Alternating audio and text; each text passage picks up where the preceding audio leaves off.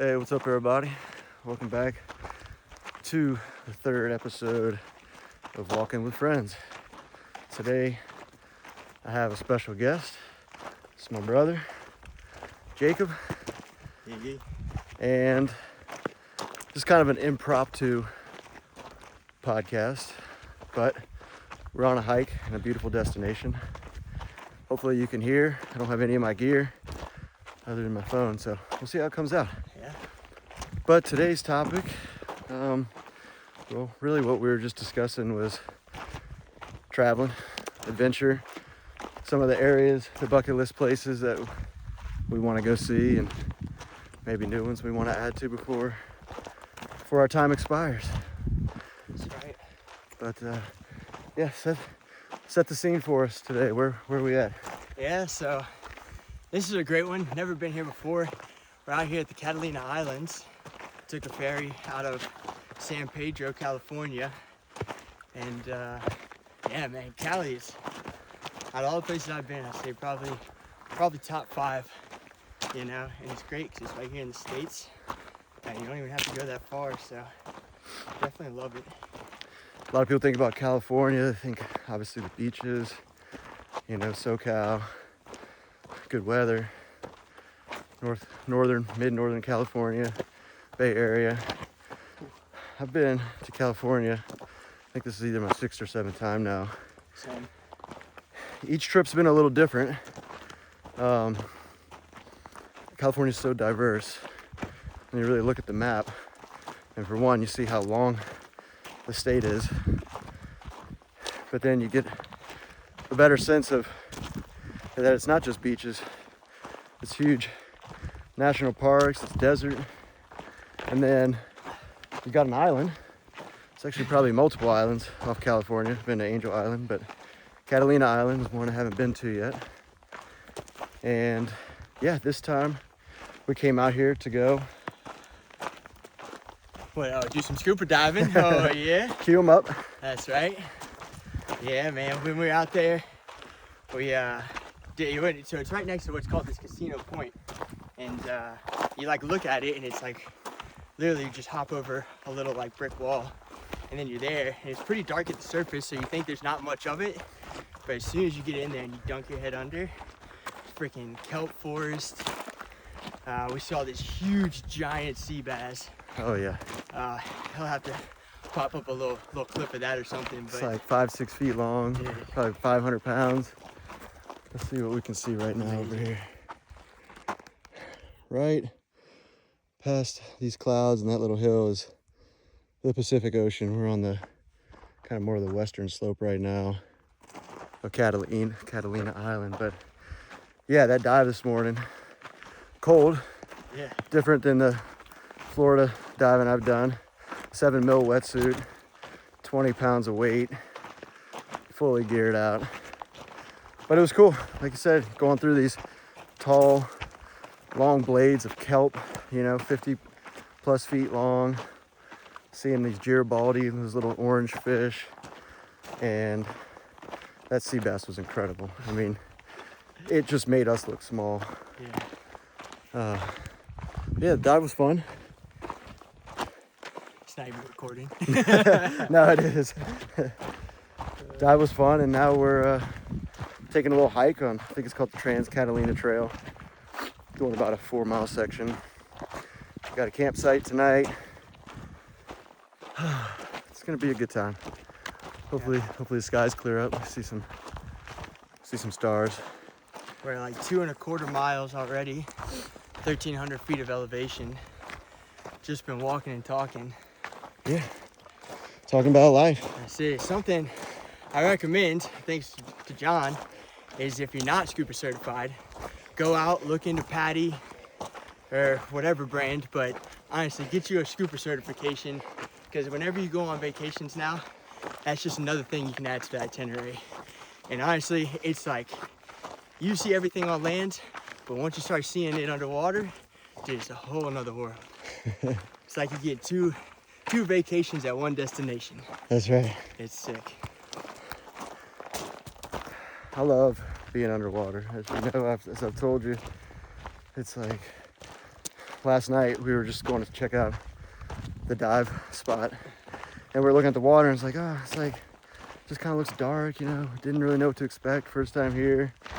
And then this morning, it's like, as soon as you get 5 feet underwater, everything opens up. It's a lot clearer than you think most of the time once you get some depth under you. And just the wildlife is just fantastic. I mean, just imagine, like, it's another planet, basically. One that very few people ever really get to experience. So if you can get over any hesitation of being underwater, could be something to fall in love with. Yeah. But anyway, that's where we're at. That's what we're doing. But today we were just talking about like traveling and life, and like, you know, where are the areas that we're excited to explore. Big one that we're both talking about. We haven't done the Europe thing yet. Yeah. Of course, there's a lot of history out there. Very accessible with public transportation and trains. Yeah. Where would you say that ranks on your list? Is that pretty high up, or? For me? Yeah. At this point, it's like, for personal travel, that is the one, dude. Because I mean, I feel like there's no better feeling than being able to go to a continent and then whatever, spend a week or two and you can knock down 7-10 countries. Yeah. You know, and some of the most beautiful countries. Yep. Like I always hear about Venice, Greece, like you were saying, you know, Paris, France. Just, I mean, all the classics, you know, like, yeah, everybody watches movies and it's like, dude, it's all right there in the Europe for the most part. So definitely a huge bucket list, because you can knock so many off the list all in one foul swoop. One foul swoop. Shout out. I was actually reading recently, they have an underwater train that they built between London and Paris. Oh yeah. Sure I can get fact checked on that, but I'm pretty sure, pretty positive those are the two cities. Let us know in the comments. I definitely know that it's between the island of the UK area and mainland Europe, and yeah, it's all underwater. They like bored the whole tunnel. I'm not sure how long it is, but it's pretty wild to think that man can do something like that. Put a whole railway underneath whatever that sea or body of water is. So I definitely want to take that one day when I go to Europe. I want to go to Norway. Norway has fjords, which is like basically just huge sheer mountain cliff that go up and down between like rivers.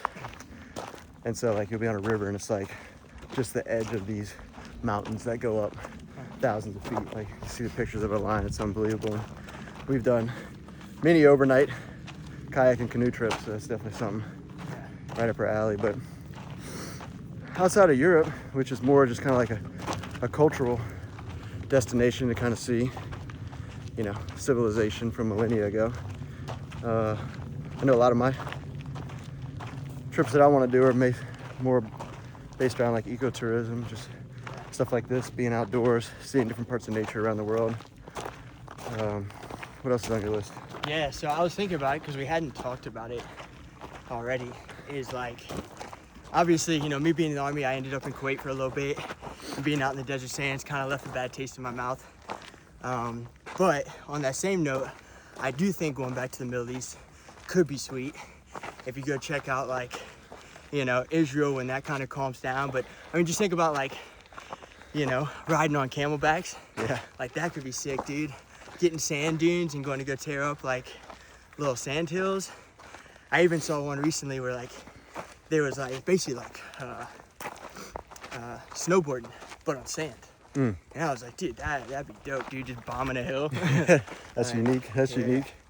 Like, so I definitely think there's some fun to be had in the sand, man. Don't need cold weather gear for that. Yeah, that's exactly right. Yeah. You wrap yourself up in one of those little, whatever they call them. Don't know. Yeah. Like those white robe things that they wear. Yeah, well, that'd be, yeah. Get you a nice robe and then one of those head wraps. Oh, buddy, you're a local. Yeah. That's the pictures you see of people riding like camels and stuff in Egypt. I agree. I think some of the Middle East would be really fascinating to see. The country of Jordan has been on my list because I think it's called Petra, the city of Petra. Oh yeah, I've heard of it. I think it might be one of the great wonders but basically just a whole city that was carved out of the side of like rocks and cliffs. It was actually in the Indiana Jones movie, the Nice. Last Crusade, Yeah. where he takes the, you know, the little goblet, the at the end there. Heck yeah, all right, you better believe it. I'm gonna Yeah. give you a little hat and a whip. I'm out here. I don't know how he's still doing it. I actually saw his recent movie. Harrison Ford. Yeah, he had another Indiana Jones come out like last year, and What? finally watched it, or maybe 2 years ago. Yeah, he's in his 80s, still getting it. Surprising. Guy's a legend. Yeah, he is a legend. It's not surprising, but it's just surprising to see how youthful he still is in these movies. It's Seriously. incredible. I mean, he ran through the Star Wars series and Indiana Jones. Like, dude, those are two major franchises. Yeah. Put the team on his back for those. Yeah, class act. Class act. You know, he actually crashed a plane. Like, he's a pilot. That sounds alright. Yeah, a while back. He actually Not he crashed his surprisingly. plane, but he like landed it successfully. That was a cool story. I read that. That's dope. But yeah, some of the other areas would love to do like a multi-day kind of like motorsport tour. Some of the places I looked is like in Central America. They got some cool spots. I think Panama, Costa Rica. Basically, you can rent like a dirt bike, dual sport, enduro type motorcycle, loaded up with gear, get a guide and a crew of people, and multi-days just camping at night, different locations. I think that would be awesome. The thing that's super sick about like traveling to new locations I found is like right now we're just sitting here talking, right, chalking it up, and we're just thinking of things that like we've either done or heard of. But like when you get to these places, there's things that like you didn't even know existed. Right. Like that's what's super cool. Like this right here. So just a little sign action for you. Hermit Gulch Trail. That's the name of the campsite we're staying at. And what do we got? A little cabana. Serving up some pina coladas. Where are they? Yeah, so this is the top. This is the apex. It's cool because we haven't seen any yet, but on the island they have wild bison.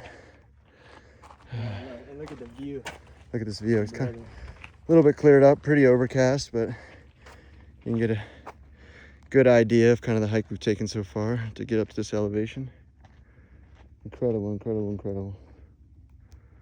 Guess we'll be taking this trail down, doing a loop, but that is Catalina Island Harbor. Let me zoom in a little bit and see if you can see it. So over in the distance, you'll see, sorry, that is probably the Catalina Express. They do multiple ferries over from the mainland off that way. That's what we came on yesterday. And then you'll hit the dock that is right over there. And then we stayed in the town, and then we dove over toward this building at a place called Casino Point. So this has just been a 2-night pit stop, part of our 4-day trip. And you know, I've said this many times on the channel, but traveling does not have to be difficult. I mean, this came together for us probably only a month ago.